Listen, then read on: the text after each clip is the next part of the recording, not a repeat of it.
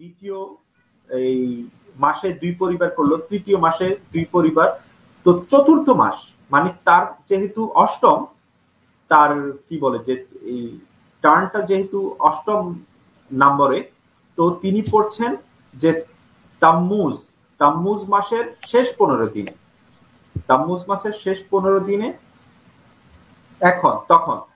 তখন ফেরেশতা এসে এই জাকারিয়া আলাইহিস সালামকে সুসংবাদ দেয় যে আপনার ঘরে যে ঈশ্বর বা আল্লাহ সুবহানাহু ওয়া তাআলা আপনার দোয়া কবুল করেছেন, আপনি যে আল্লাহর কাছে একটি পুত্র সন্তান চাচ্ছিলেন বা সন্তান চাচ্ছিলেন, আল্লাহ সেটা গ্রহণ করেছে এবং আপনি অতি শীঘ্রই বাবা হতে যাচ্ছেন।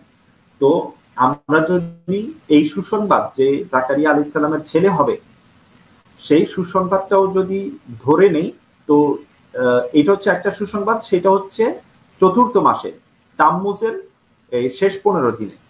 তো আরেকটা সুসংবাদ সেটা হচ্ছে যে মারিয়াম আলাইহিস সালামকে যখন ফেরেশতা আসে যে তার একটা সন্তান হবে, বাইবেলের আলোকে তার একটা ছেলে হবে, সেটা বাইবেলের মধ্যে বর্ণিত আছে যে মারিয়াম আলাইহিস সালামকে এইটা সুসংবাদটা দেয়া হয় এই জাকারিয়া আলাইহিস সালামের ছেলে হওয়ার, যখন তার স্ত্রী 6 মাসে গর্ভবতী ছিল।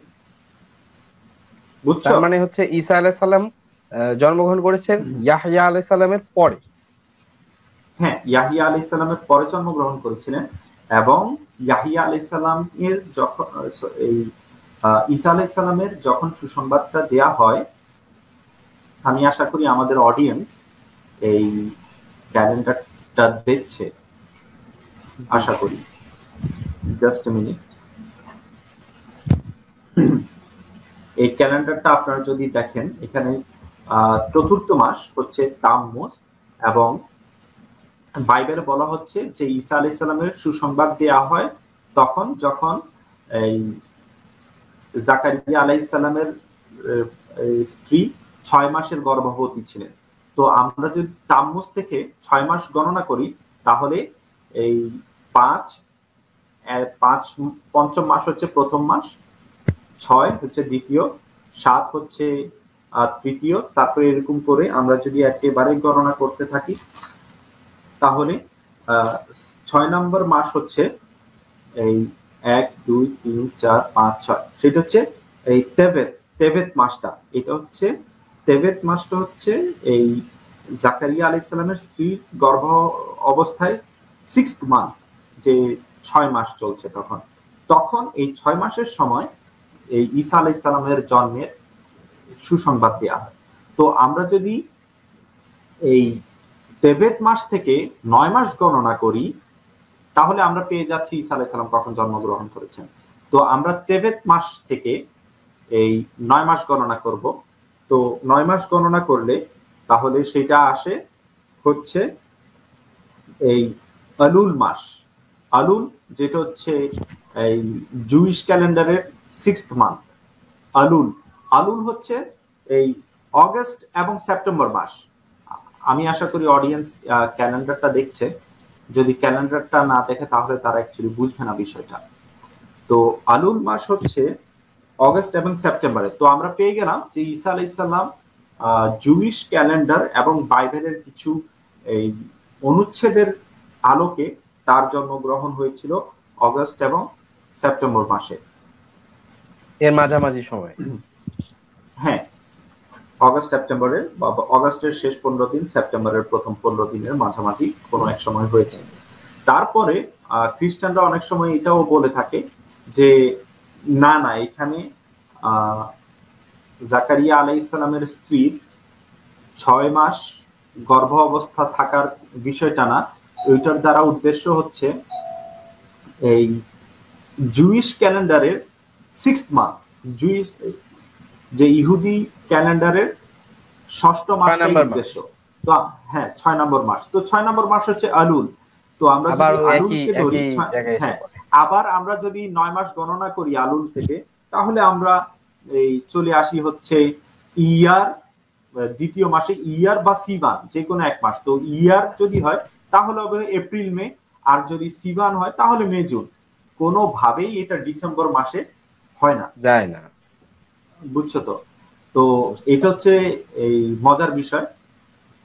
আর তাছাড়া আমরা যখন এই তুমি একটু আগে বলেছিলা যে পোপ হয়তো এই বিষয়ে কিছু কথা বলেছে, তো পোপ এটাই বলেছিল কিছু বছর আগে যে সে এই পোপ বেনেডিক্ট 16, এটা হচ্ছে এখন বর্তমান যে পোপ তার আগের পোপ, সে একটা বই লিখেছে, সেই বইয়ের মধ্যে লিখেছিল যে আমাদের ক্যালেন্ডারের শুরুর হিসাব যীশু খ্রিস্টের জন্মের উপর ভিত্তি করে। মানে এই যে ইংরেজি ক্যালেন্ডারটা এটা কিন্তু শুরু হয় ঈসা আলাইহিস সালামের জন্ম দিয়ে, জিরো থেকে। ওই মানে যেদিন যিশু যেদিন জন্মগ্রহণ জন্ম করেছে সেদিনকে জিরো ওইটাই। ধরে, তারপরে এক হ্যাঁ, মাসের 1 তারিখ 2 এভাবে আগে। অনেকে জিরো বা ওয়ানও ধরে, তো যাই হোক ওইটা বিষয় না, ওই দিন থেকে শুরু হয়। এরপরে হচ্ছে এডি, এর আগে হচ্ছে বিসি, যে যিশু পূর্বে, বুঝছো না, বা খ্রিস্ট পূর্বে, before before Christ. Christ, BC. হ্যাঁ, আর তো এডিটা অবশ্য সে বলতে আমাদের এদিকে ভিন্ন, অনেক সময় অ্যানো আফটার ডমিনি, ডেট ওইটা যেটাকে হচ্ছে মিন করে অ্যাকচুয়ালি। অনেক সময় আফটার ডেথ না, ওইটা হচ্ছে অ্যানো ডমিনি বুঝায়। কারণ যিশু তো আর এই ওই বছর জন্ম মৃত্যুবরণ করেনি, বুঝছো তো। অনেকে মনে করে ওইটা আফটার দ্যাট, ওইটা হচ্ছে অ্যানো ডমিনি, মানে হচ্ছে the year of the Lord, যে প্রভুর বছর। যেমন আমাদের ইসলামের তুমি যে বলে না যে ওই সূরা ফিলে যে রাসূলুল্লাহ সাল্লাল্লাহু আলাইহি সাল্লাম যে ওই হাতির বছর জন্মগ্রহণ করেছিল, হ্যাঁ, তো ওইরকম যে ইয়ার অফ দ্য লর্ড মানে তাদের ঈশ্বরের বছর, সেই বছর সে জন্মগ্রহণ করেছে, অ্যানো ডমিনি। আর যেটা হচ্ছে কি যে আমাদের জন্য উচিত ইউজ করা, যদি আমি জানি না যে কতটুকু গ্রহণযোগ্য, ওইটা হচ্ছে সিই, খ্রিস্টান এরা বা খ্রিস্টান এরা, তো এটা বেশ নিরাপদ ইউজ করা। তো আমি যেটা বলছিলাম, তো এই পোপ বলেছিল আর কি যে আমাদের ক্যালেন্ডারের শুরুর হিসাবটা যীশু খ্রিস্টের জন্মের উপর ভিত্তি করে করা, বুঝছো তো। কিন্তু এই ক্যালেন্ডারটা তৈরি করেছিল একজন ব্যক্তি যার নাম হচ্ছে ডায়োনিসিয়াস এক্সিগাস। তো পোপ বলতে চাচ্ছে যে ডায়োনিসিয়াস এক্সিগাস কয়েক বছরের গরমিল করে ফেলেছিল এই ক্যালেন্ডারটা বানানোর ক্ষেত্রে। কয়েক বছর গরমিল করার কারণে যেটা হয়েছে সেটা হচ্ছে যেখানে যিশু জিরোতে, ধরো আমরা যদি যিশুর বছরটাকে 1 ধরি, তাহলে পোপ বলতে চাচ্ছে যে যিশু অ্যাকচুয়ালি তার যে নর্মালি যে দিনটা ধরা হয়, বছরটা ধরা হয়, তার আরো 3-4 বছর আগে জন্মগ্রহণ করেছিল। যে পোপ বলতে চাচ্ছে যে যিশুর জন্ম হয়েছিল 4 বিসি, যে 4 খ্রিস্টাব্দ, এই খ্রিস্টপূর্বে, বুঝছো তো। তো আমরা দেখতে পারলাম, এবং এই পোপ আরো বলে সেই বইতে, সে বলে যে এই আমরা এও জানি না যে তিনি কোন ঋতুতে জন্মগ্রহণ করেছেন, আর বছরের শেষের দিকে তার জন্মদিন পালনের ধারণাটা সম্পূর্ণভাবে অখ্রিস্টীয় আচার অনুষ্ঠান এবং শীত উত্তরণের মানে ওই উইন্টার সলস্টিস যেটা, সেটার সাথে সম্পর্কিত। তো পোপ যেটা হচ্ছে ক্যাথলিকদের এবং খ্রিস্টানদের অনেক বড়, বলতে গেলে লিডিং ফিগার, অনেক বড় একজন ইমাম, স্কলার, সে বলতে চাচ্ছে যে যিশুর জন্ম বছর আমরা জানি না। যেটা আমরা সাধারণত জানি যে যিশু যেখান থেকে জন্ম বা ক্যালেন্ডার শুরু হয়, অ্যাকচুয়ালি যিশু তার 3-4 বছর আগে জন্মগ্রহণ করেছে প্রথম। দ্বিতীয়ত হচ্ছে তার জন্ম তারিখটা ঠিক মতো জানা যায় না, তার মতে যে ডিসেম্বরের বছরের শেষে, এটা হচ্ছে যে কি মূলত ওই উইন্টার সলস্টিস থেকে, অখ্রিস্টীয় কালচার থেকে ধার করা। তো অনেক আলেমদের মতে, খ্রিস্টান আলেমদের মতে ডিসেম্বর 25টা হচ্ছে দেখি যে একটা রিয়াকশন। যেমন আমরা যারা ঈদে মিলাদুন নবী আমাদের মধ্যে যারা পালন করে, ওইটার ইতিহাস যদি জানে, তো এই ক্রিসমাসের ইতিহাসটা আমাদের বুঝতে কিছুটা সহজ হবে। সেটা হচ্ছে এই রাসূলুল্লাহ কিন্তু তার জন্মবার্ষিকী পালন করেনি, আমরা যারা পড়েছি তারা জানি। কিন্তু খ্রিস্টানরা যখন ঈসা আলাইহিস সালামের জন্মবার্ষিকী পালন করছিল মুসলিমদের সময়, তো তখন মুসলিম ফাতেমিরা তারা দেখলো যে যীশু খ্রিস্টের জন্মবার্ষিকী যদি তারা পালন করে, আমরা তো আমাদের রাসূলকে আরো বেশি ভালোবাসি, আমরাও আমাদের রাসূলের জন্মবার্ষিকী পালন করব। তো এইভাবে শুরু হয়। তো খ্রিস্টানরা কি করে, অনেক খ্রিস্টান আলেমরা বলে যে ক্রিসমাস এই ট্রেডিশনটা শুরু হয় যে এইটা মূলত একটি পৈত্তলিক এই উৎসব ছিল, পৈত্তলিক উৎসব ছিল। সেই উৎসবটা পালিত হতো এই উইন্টার সলস্টিসের সময়, মানে 25শে ডিসেম্বরের সময় পালিত হতো। এবং এইটাকে তারা ট্যাকেল দেওয়ার জন্য ওটাকে ওরা বাতিল করে দেয় না, ওটাকে ওরা খ্রিস্টানাইজ করে ফেলে, ওটাকে ওরা খ্রিস্টান ধর্মে ইন্টিগ্রেট করে ফেলে, যেন ওই দিন খ্রিস্টানরা কি করলো, ওই দিন তারা তাদের নিজের ঈশ্বরের জন্মবার্ষিকী পালন করা শুরু করলো, যেন সবাই ওই এই উৎসবটার মাধ্যমেও খ্রিস্টান ধর্মে আসে। তো এরকম ওরা মানে খ্রিস্টান ইতিহাস পড়লে আমরা দেখবো যে এরা এরকম অনেক জায়গায় করেছে যে মানুষদেরকে খ্রিস্টান ধর্মের প্রতি আকৃষ্ট করার জন্য এরা পৈত্তলিক দিনগুলোকে তাদের ধর্মের দিনগুলোতে রূপান্তরিত করেছে, খ্রিস্টানাইজ করে ফেলেছে। জি অনেক। তার মানে কি যে ব্ল্যাক ফ্রাইডে বা স্টার সানডে এই বিষয়গুলো কি এরকমই হতে পারে? হ্যাঁ হ্যাঁ, অনেকগুলোই এরকমই, এবং এগুলো বেশিরভাগই হচ্ছে যে এই পৈত্তলিকদের থেকে ধার করা, ওদের থেকেই এসেছে মোস্টলি। আর এখন তো ক্রিসমাস তো হচ্ছে মূলত ধর্মীয় উৎসবের পাশাপাশি এটা অনেক বড় একটা বিজনেস কি বলবো প্রপাগান্ডা বলা যেতে পারে। হ্যাঁ, কমার্শিয়ালাইজেশন, কত কমার্শিয়ালাইজেশনের পরে তো এখন এটা সব জায়গায় ছড়িয়ে দিচ্ছে, আমাদের দেশেও। তো ধীরে ধীরে যখন ক্রিসমাস আসবে তখন ক্রিসমাস উপলক্ষে অনেকগুলো তোমরা অফার পাবা, তারপরে দেখবা ইভেন্ট হয়, অফার হয়, অনেক ছাড় টাড় দেয়া হয়, ইভেন্ট হবে, ছাড় দিবে তোমাদেরকে, ক্রিসমাস উপলক্ষে বিভিন্ন জামা কাপড় পাবা, জুতা পাবা, মোজা পাবা, ব্যাগ পাবা, সবকিছু, মানে পুরো মার্চেন্ডাইজিং থেকে শুরু করে কমার্শিয়ালাইজেশনটা সেরকম ভাবে চলছে। মানে এই ক্রিসমাস ধর্মীয় দিক থেকে না হলেও এটাকে যে এমন ভাবে কমার্শিয়ালাইজ করেছে যে ওয়েস্টে কিন্তু এটা হচ্ছে একটা হলিডে সিজন, একটা হচ্ছে যে কেনাকাটার সিজন, ডিসকাউন্ট আমাদের ঈদে যেরকম এক প্রকার হিরিক যায় সেরকম প্রায় সেরকমই, এক্স্যাক্টলি। আচ্ছা, আমরা পরবর্তী কোশ্চেনে আসছি। কোশ্চেনটা হচ্ছে বাইবেলের বিভিন্ন জায়গায় ঈসা আলাইহিস সালামকে ঈশ্বরের পুত্র হিসেবে সম্বোধন করা হয়েছে, যেমন আমরা দেখতে পাই বিভিন্ন অনুচ্ছেদে আছে, কিংবা বিভিন্ন অ্যাটলিস্ট নিউ টেস্টামেন্টে বেশিরভাগ জায়গায় এই বিষয়ে উল্লেখ আছে। হ্যাঁ, এই কথাটা সত্য যে আমি শুরুতে বলেছিলাম যে এই ক্রিসমাসটা হচ্ছে মূলত যীশু খ্রিস্টের জন্মবার্ষিকী। যীশু খ্রিস্ট মানে হচ্ছে ঈশ্বরের পুত্র। যদিও এখানে আরেকটা কনসেপ্ট রয়েছে, মানে এইগুলোর একটা হচ্ছে যে একই সূত্রে গাথা, মানে এগুলোকে তুমি আলাদা করতে পারবা না, কিন্তু টপিকগুলো ভিন্ন, ডিফারেন্ট। তো এই জন্য হয়তো বা আমরা ততটা ইন ডিটেলস এটাকে ইন ডেপথ যাব না। সেটা হচ্ছে ট্রিনিটি।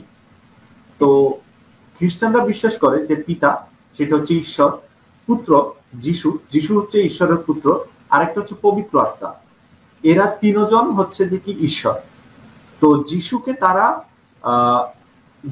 ঈশ্বরের পুত্র মনে করে, এট দ্য সেম টাইম ঈশ্বরও মনে করে। একই সত্তা দুটি ভাবে, মানে দুটি অবস্থানে আছে এমন বোঝাতে যাচ্ছে, মানে পানির বিভিন্ন অবস্থান, এইটাই। এক্স্যাক্টলি এক্স্যাক্টলি, ওরা ওইরকমই মনে করে যে যে দুইটা নেচার, জাস্ট দুইটা নেচার, ঈশ্বর মানুষ রূপে তার পুত্র হিসেবে এসেছে, অ্যাকচুয়ালি সেই হচ্ছে ঈশ্বর।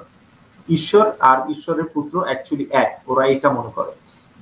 কিন্তু তুমি যখন এগুলো ডিটেলসে দেখবা যে কি একেবারে কন্ট্রাডিকশনে ভরপুর, মানে তুমি কনফিউজড হয়ে যাওয়া যে এরকম একটা কনসেপ্ট কিভাবে তারা গিলছে, বুঝছো তো? তো এখানে এটা বলার উদ্দেশ্য হচ্ছে যে হ্যাঁ, এটা সত্য যে বাইবেলের বিভিন্ন ভার্সের মধ্যে, অনুচ্ছেদের মধ্যে যিশুকে ঈশ্বরের পুত্র হিসেবে সম্বোধন করা হয়েছে।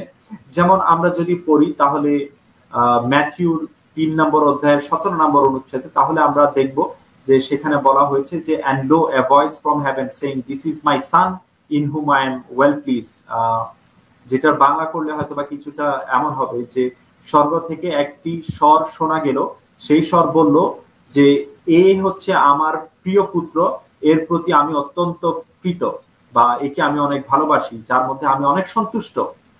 এরকম রয়েছে। আরো অনেকগুলো ভার্স রয়েছে যেখানে যিশুকে অ্যাকচুয়ালি ঈশ্বরের পুত্র বলা হয়েছে। তো এখন আমরা কোরআন থেকে জানি যে আল্লাহ সুবহানাহু ওয়া তাআলার কোনো পুত্র নেই, কিন্তু এখানে এই পুত্র দ্বারা উদ্দেশ্যটা কি?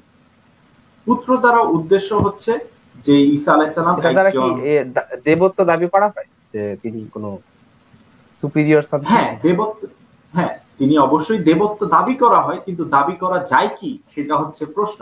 কারণ আমরা যখন একই বাইবেল পড়বো, বাইবেলের অনেকগুলো জায়গায়, বিভিন্ন জায়গায় অন্যান্য লোকদেরকেও ঈশ্বরের পুত্র বলা হয়েছে। ফর এক্সাম্পল, আমরা যদি এই লুক পড়ি, লুকের 3 নম্বর অধ্যায়ের 8, হ্যাঁ গসপেল অফ লুকের 3 নম্বর অধ্যায়ের 38 নম্বর অনুচ্ছেদে বলা হচ্ছে যে which was the son of Enos, which was the son of Seth, which was the son of Adam, Adam which was the son of God। এখানে আদম আলাইহিস সালামকে বা অ্যাডামকে ঈশ্বরের পুত্র বলা হচ্ছে। তো সেটার বাংলা হচ্ছে যে যে কৈনন ইনোশের পুত্র, ইনোশ শেতের পুত্র, শেত আদমের পুত্র এবং আদম হচ্ছে ঈশ্বরের পুত্র। তো লুকের 3 নম্বর অধ্যায়ের 38 নম্বর অনুচ্ছেদে বলা হচ্ছে যে আদম আলাইহিস সালাম হচ্ছে ঈশ্বরের পুত্র। তো যিশু ঈশ্বরের পুত্র, আদমকে ঈশ্বরের পুত্র বলা হচ্ছে। তারপরে আমরা যদি ফার্স্ট কিংস, এটা হচ্ছে যে কি ওল্ড টেস্টামেন্টের একটা বই, ফার্স্ট কিংস, সেটা হচ্ছে যে কি 22 নম্বর অধ্যায়ের এই 10 নম্বর অনুচ্ছেদে, আই থিঙ্ক ফার্স্ট কিংস না হলে ফার্স্ট ক্রনিকলস, যে কোনো একটা হবে, অনেক সময় আমি কনফিউজড হয়ে যাই বাংলা নামগুলো নিয়ে। তো সেখানে বলা হচ্ছে যে he shall build a house for my name and he shall be my son and I will be his father and I will establish the throne of his kingdom over Israel forever। ঈশ্বর এখানে সুলেমান আলাইহিস সালামের কে উদ্দেশ্য করে বলতেছে যে he shall build a house for my name, যে সে সুলেমান আমার নামে একটা গৃহ তৈরি করবে, যে আমার জন্য একটা উপাসনালয় বা ঈশ্বরের একটা ঘর, যেমন বাইতুল্লাহ আমাদের, তো সেরকম একটা সে ঘর তৈরি করবে। তারপরে সেই ভার্সটা বলছে হি শ্যাল বি মাই সান, ঈশ্বর বলতেছে হি শ্যাল বি মাই সান, সে হবে আমার পুত্র, and I will be his father, আর আমি হব তার পিতা, এবং and I will establish the throne of his kingdom over Israel forever, এবং আমি তার রাজ্যকে আমি চিরকালের জন্য সুদৃঢ় করব। ঈশ্বর বলতেছে যে সুলেমান হচ্ছে আমার পুত্র আর আমি তার পিতা। তো বাইবেলের এরকম অনেক জায়গায় আছে যে সুলেমান ঈশ্বরের পুত্র, ডেভিড ঈশ্বরের পুত্র মানে দাউদ আলাইহিস সালাম। তারপরে আমরা লুকের মধ্যে দেখলাম যে আদম আলাইহিস সালাম হচ্ছে ঈশ্বরের পুত্র, আবার এই ঈসা আলাইহিস সালামকে ঈশ্বরের পুত্র বলা হয়েছে। তো এর থেকে বোঝা যায় অবশ্যই এরা কেউ এই ঈশ্বরের পুত্র টার্মটা দ্বারা পুত্রটা কি অ্যাকচুয়ালি মানে অ্যাজ আ মেটাফর বলা হচ্ছে, যে জাস্ট একটা সিনোনিম, মানে আমরা বলি না যে এই বাবা এখানে আসো, মানে এইটা নাকি বিগটেন সন যেটাকে বলা হয় একেবারে মানে অংশে সত্তায় সত্তা যেরকম যেটা বুঝি না। হ্যাঁ, অবশ্যই এখানে দুইটা বিষয় রয়েছে। একটা তো হচ্ছে যে কি বিগটেন শব্দটা প্রথমত বলে নেই, তো আমাদের দাবি হচ্ছে যে এখানে সান অফ গড দ্বারা উদ্দেশ্য হচ্ছে সে একজন ভালো লোক ছিল, সেই ঈশ্বরের একজন, যেমন সান অফ গড দ্বারা বলতে গেলে আব্দুল্লাহ, যে ঈশ্বরের আমরা বাংলায় যেটাকে আব্দুল্লাহ বলি, সরি আরবিতে যেটাকে আব্দুল্লাহ বলি, বা আল্লাহর বান্দা বা বাধ্য বান্দা, যে আল্লাহর দাস, আল্লাহর দাস, আল্লাহর বান্দা, যে আল্লাহর অনেক অনুগত। তো তাকে ঈশ্বর অনেক আদর করে ভালো করে বলছে সে আমার পুত্র, বুঝছো না? তো আমরা যেমন আমাদের ছোট বাচ্চাদেরকে বা আমাদের যারা ভাতিজা আছে আমরা তাদেরকে বলি এই বাবা এদিকে আসো, বেটা ক্যাসে হো, কেমন আছো। তো এইটাই হচ্ছে মূলত এরকম যে আদর থেকে স্নেহের সাথে একজন বাচ্চাকে বা অন্য কাউকে আমরা যেরকম বলি সেরকমই। আর খ্রিস্টানরা যদি দাবি করতে চায় যে না না না এখানে সান অফ গড বলতে হচ্ছে যে কি দেবত্ব প্রমাণিত হয় বা সুপিরিয়র কিছু প্রমাণিত হয়, তাহলে তো আপনাদেরকে আদমকেও ঈশ্বরের পুত্র হিসেবে মানতে হবে। কারণ লুকের মধ্যে বলা হয়েছে যে Adam which was the son of god, তারপরে সলেমানের বিষয়ে বলা হচ্ছে যে হি শ্যাল বি মাই সান, যে সে হবে আমার পুত্র, and I will be his father, এবং আমি তার পিতা হব, আমি হচ্ছি তার পিতা। তো এরকম ঈশ্বরের পুত্র তো অনেক রয়েছে, তাহলে যিশুর ক্ষেত্রে তো এটা ইউনিক কিছু না, এটা তো ডিফারেন্ট কিছু না। তো তাহলে তারা ঈশ্বর কেন নয়, তারা আদম কেন ঈশ্বর নয়? তো এর থেকে বোঝা যায় যে এটা কোনো স্পেশাল কাইন্ড অফ কিছু না, এটা জাস্ট একটা বিবলিক্যাল তৎকালীন আমলে একটা শব্দ ব্যবহৃত হতো, যেটা আদর স্নেহের একটা বিষয় ছিল। কিন্তু আলহামদুলিল্লাহ আল্লাহ সুবহানাহু ওয়া তাআলা যেহেতু খ্রিস্টানরা এই একটা শব্দ থেকে মিসইউজ করেছে, ভুল বুঝেছে, এই জন্য আল্লাহ কিন্তু এই শব্দটা আর কোরআনে ইউজ করেন যেন মানুষ ভুল না বুঝে। হ্যাঁ, তো আল্লাহ সুবহানাহু ওয়া তাআলা ইবনুল্লাহর জায়গায় হয়তো এখন আব্দুল্লাহ ইউজ করছে, যে আমার বান্দা, আমার প্রিয় বান্দা। তো এই বিষয়টা এরকম। আর আরেকটা হচ্ছে যে কি বিগটেন কিনা। তো এই বিগটেন শব্দটাও কিন্তু আমরা যখন বাইবেল পড়বো তখন দেখবো যে কি যে ঈসা আলাইহিস সালামের ক্ষেত্রে এই শব্দ বিগটেনটা কিন্তু তেমন ব্যবহৃত হয়নি। এটা জাস্ট একটা জায়গায় ব্যবহৃত হয়েছিল, সেটা হচ্ছে gospel of John chapter 3 verse 16। সেটা হচ্ছে যে কি যে for God so love the world that he gave his only begotten son that and whosoever shall believeth in him will not perish but have everlasting life. এটা হচ্ছে জন chapter 3 verse 16, জন 3:16। এটা হচ্ছে বাইবেলের বলতে গেলে সবচাইতে তাদের প্রিয় একটা ভার্স ছিল, এখনো অনেকে ইউজ করে জন 3:16, যেখানে বলা হচ্ছে যে God so loved the world that he gave his only begotten son, যে ঈশ্বর মানব জাতিকে পৃথিবীকে এতই ভালোবাসলেন যে তিনি তার জাতপুত্র যিশুকে পৃথিবীতে প্রেরণ করলেন, মানে ওরস জাতপুত্র, বুঝছো তো, বিগটেন। কিন্তু আমরা যদি বাইবেলের নতুন সংস্করণ গুলো পড়ি তাহলে তুমি অবাক হবা যে এই বিগটেন শব্দটি ওই ভার্সের মধ্যে আর নেই। কারণ খ্রিস্টান আলেমরা বলতে চাচ্ছে যে এই জাতপুত্র বা বিগটেন শব্দটি অ্যাকচুয়ালি এই পরের মানুষদের বাইবেলের মধ্যে কনককশন, সে নিজের থেকে লিখে দিয়েছে, এটা অরিজিনাল বাইবেলের মধ্যে ছিল না এই শব্দটা, এটা একটা ফ্যাব্রিকেশন, এটা একটা জালিয়াতি করা হয়েছে, তো তাহরিফ করা হয়েছে। তো এই বিগটেন শব্দটা বা জাতপুত্র শব্দটা বাইবেল থেকে, বাইবেল মানে খ্রিস্টানরাই লাথি মেরে বের করে দিয়েছে বলতে গেলে।